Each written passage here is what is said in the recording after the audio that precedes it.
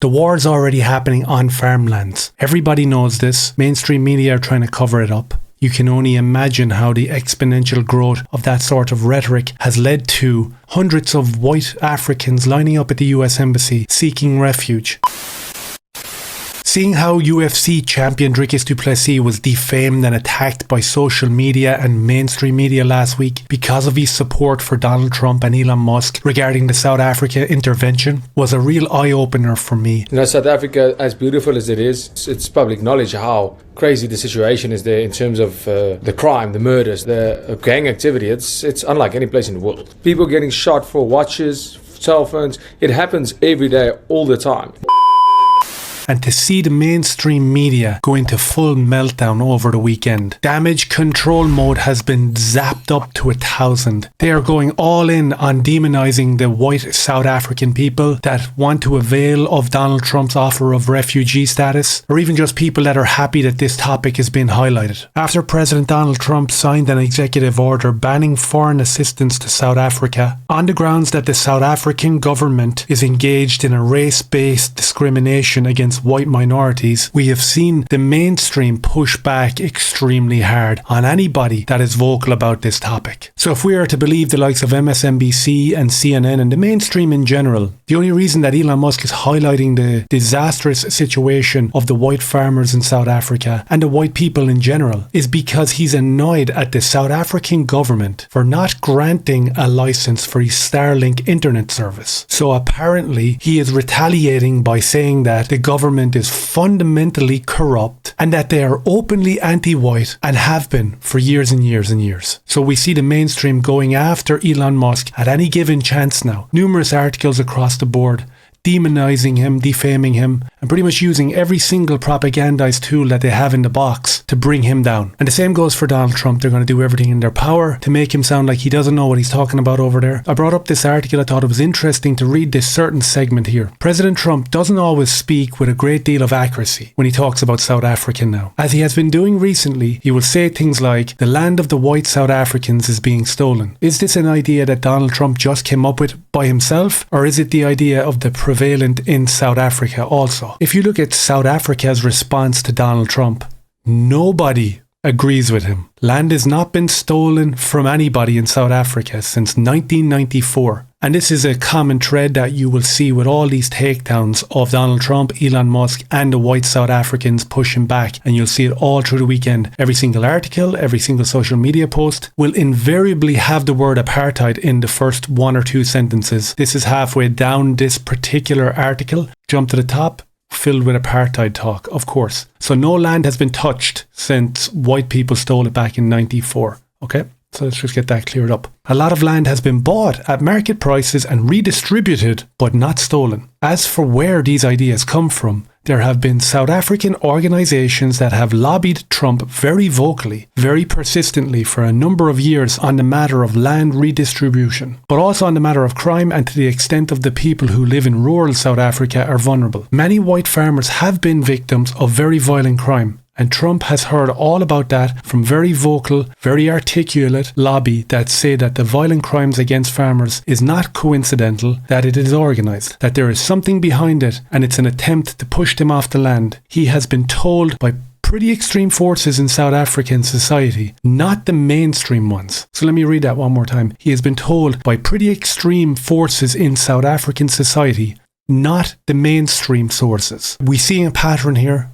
Again, with every facet of life at the moment, and where there's a situation where we're supposed to trust the government, trust the mainstream media, it's almost an impossibility now. We jump back to 2020 when we were all locked in our houses. We were told to trust the science, trust the media, and as it turned out, us vocal people were 100% in the right, and it was all a lie. This keeps going on every facet of society, and they keep pushing it. Climate scam is one. Mass uncontrolled migration into our country is the big issue here at the moment. Here in Ireland, people are losing their life every day almost now at the hands of illegal immigrants. Mainstream national broadcasters are putting out polls asking the people how they feel about uncontrolled migration. And the results were an astounding 79% of Irish people do not believe in uncontrolled migration and think that there is a huge problem with our cities being absolutely overrun with foreign nationals from all around the world. We are in the biggest housing crisis that we have ever seen in this country. A full generation of young people will never have a house and never be able to rent a house because of this problem. And when government officials or mainstream personalities are asked about this on the public stage, they sit there and they lie directly to our face and say that the vast majority of Irish people are more than happy to have busloads of fighting age men come in from the Middle East and from sub-Saharan Africa. So on one hand, we have 79% of the populace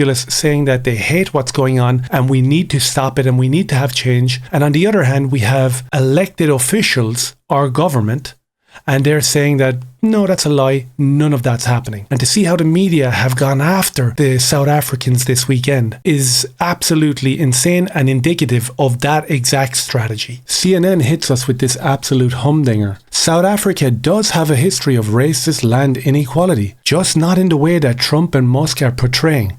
Of course, that's a headline from CNN. How about this one? South African Christian leaders stand against US claims of white victimization. More than 300 white South African leaders have signed statements rejecting the claim by the United States of America of victimization, violence, and hateful rhetoric against the white people of South Africa, along with the Expropriation Act. Just like every single topic that burdens our life, that is injected into our kids' education, Christian leaders will come out and talk about it. God says to put an injection in your arm. God says to welcome hundreds of thousands of fighting-edge men who don't want to assimilate, acclimate, and actually hate you. Of course, you're going to have loud voices from the white sector of South Africa that push back against this stuff, because these people, because of the colour of their skin, that doesn't mean they're exempt from the mind virus. That doesn't mean they're exempt from indoctrination, brainwashing. At the end of the day, jumping on the internet, going on social media and looking at mainstream media news, that's the point. You have this guy here, Jackson Hinkle. He's a communist, an overt communist, and a social media presence. He's showing up on debates left, right and centre. I don't know how anybody watches a guy like this, but he does have a really loud voice on social media. And he is putting out posts like, South Africa says despite Trump's threats, it will not withdraw from the genocide case in Israel. This is another jab at Donald Trump. Because South Africa have pushed back on Israel and what they're doing in that side of the world, then Donald Trump is trying to force their hand. Again, but when it comes to politically helping white people, they have to use some sort of deflection skill here. And it also just happens that we have social media posts from Julius Malema coming out with things like anti-Semitism is hatred, prejudice or hostility towards Jews. Some of our biggest financial donors are Jewish and we love them. Of course you do. Of course you love them. I see all these guys with the Palestinian flags on Malema's crew. It's just like, stop. It's very hard to watch. Jackson Hinkle again. The world needs more leaders like Malema. Sure. Here's one that has come up a lot in my comment section. For all the Americans who are being subjected to daily lies from President Musk and his puppet Donald Trump, you may want to check out Julius Malema and how he has been the most persecuted politician in South Africa by racist Afrikaner organizations. We know why he was in court. We know what he was answering for. Now, the way a sentence is structured, you say, we are not calling for the slaughter of white people, at least for now.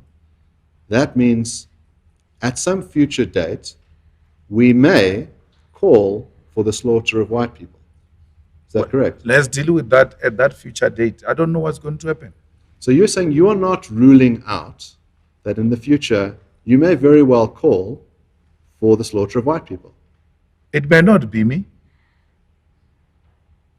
Could it be you? It could be me, yes, but it may not be me. Yeah, so it could be you. You could, at some future date, call for the slaughter of white people. What will necessitate that? You tell me. I don't know. Why would I do that? You've said you could do it in the future. Is that correct? I can't guarantee that I can't do it or I won't do it. And he did his best impersonation of a politician when he was asked, why is it that you have asked for the genocide of white people like 1,000 times in public? And he dodged every single one of them questions. So right now, so I'm not ruling out that possibility. If I asked you to pledge to say, I will never call for the slaughter of white people, would you make that pledge? I will do it with ease. Make that pledge. Why would I do that? I'm asking you to make that pledge. I will do it. I won't do it. Make the pledge. I won't do it. You won't do it? Yes. I understand. Here we have another pretty well-known South African white lad who's pushing back against Donald Trump and against Elon Musk and against his own people. US President Elon Musk and his lackey Donald Trump are getting their right-wing friends to amplify lies about South Africa to protect their genocidal buddy Benjamin Netanyahu. I am a white South African. We are not being oppressed here and we will not let these lies divide us. Alright, so this seems to be a kind of a common thread here. First of all, it sounds like they're copy and pasting the beginning of their social media posts in terms of Elon Musk being the president and Donald Trump being the lackey. And then we're jumping into the anti-Semitism and war and conflict in the Middle East thing. And again, you see that the main pushback against the white people in South Africa is being funded by Israel. So that's an interesting dichotomy as well. Here's an interesting clip from the communist Marxist political leader Julius Malema, who's also funded by Israel. Let's see what he's got to say. Just taking land from someone is theft. No more, no less. So he believes you can't, no matter how bad the injustices were in the past, you can't fix it by grabbing. And that is madness. How does taking my car, which you stole from you, become a theft? You steal my car, I come and take it. I find it, I take it. In terror's mind, that is theft. I mean, that is insane. We're not stealing anything. We're taking what is rightfully ours. It's such a rudimental way to get across the point that we're just coming to take your land. We're coming to declare war on white people because you're on land that doesn't belong to you. It's pointless me putting out the message there of maybe you should go and read a history book, maybe you should go even watch a YouTube video and you can see what the dynamic was and how land was never stolen and was never yours in the first place. But it's pointless. Here's another clip from another politician who is extremely vocal, very overt, doesn't really have a problem with saying exactly how it is. And I guess you have that juxtaposition where the mainstream media and the government are trying to run cover for what they're actually doing. But every time a government official or a government opposition official gets in front of the camera, they're just talking about cutting the throats, taking back the land that was theirs, and they don't really have a problem with it. As the black majority in this country. And the fight has to be located in taking back the land and expropriating back into the people, in seizing the means of production and expropriating everything, or rather redistributing everything equally. A society that would embody a value system that puts black people first will have to be attained through confrontation, unfortunately, because our people have waited for so long, right? We've waited for so long, peaceful, and nothing is happening in terms of changing our lived experience, right? In fact, the settlers know that very well. So we are already at war. Our people are at war in farms now. White people and persons like Breitenbach are land thieves, and they have no stake to this society, and the black majority understands that, and we will respond accordingly. I think black people have been patient enough for more than 400 years of colonialism, and we don't want you to feel pity for us. We are coming for you, and we are going to get everything that you own. It's ours. The war is already happening on farmlands. Everybody knows this. Mainstream media are trying to cover it up. That clip was from 2018. You can only imagine how the exponential growth of that sort of rhetoric has led to hundreds of white Africans lining up at the US Embassy seeking refuge. Of course, the police had to be there to protect them from their other colleagues that were surrounding them and sneering at them. And it's such an interesting perspective to see South Africans lining up to leave this country. And you can understand why. To see what they have gone through in terms of what has happened and what is still happening on the farms in South Africa. It's disgusting. There's always going to be a nuanced conversation to be had between white South Africans that want to get out of there and seek a better life in America and the people that want to stay. Because at the end of the day, when you hear the conversations from the South African farmers, the thing that comes through most and is the most poignant of all is that it's about the land and it's about God. It's not about making money. It's not about owning everything. It's about being allowed to have the ability to bring your kids up in the same environment that you were brought up and have it be a safe one. About holding the land and your fate close to you and not letting go for any corrupt governments or anyone else that comes to expropriate that land. So I think that the people that took the decision to leave their homeland, to leave their farms behind and seek refuge, they have to be commended for bravery to take that decision. And the people that want to stay and fight, of course, are heroes as well. So let me know if any of that made sense. Maybe hit like, subscribe and share if it did. You can also support the channel by jumping over into my Patreon. Every little helps, keeps the show on the road. Become a member of the channel, PayPal, anything at all. And we'll keep pushing forward and we'll keep trying to tell the truth. I appreciate you. Cheers.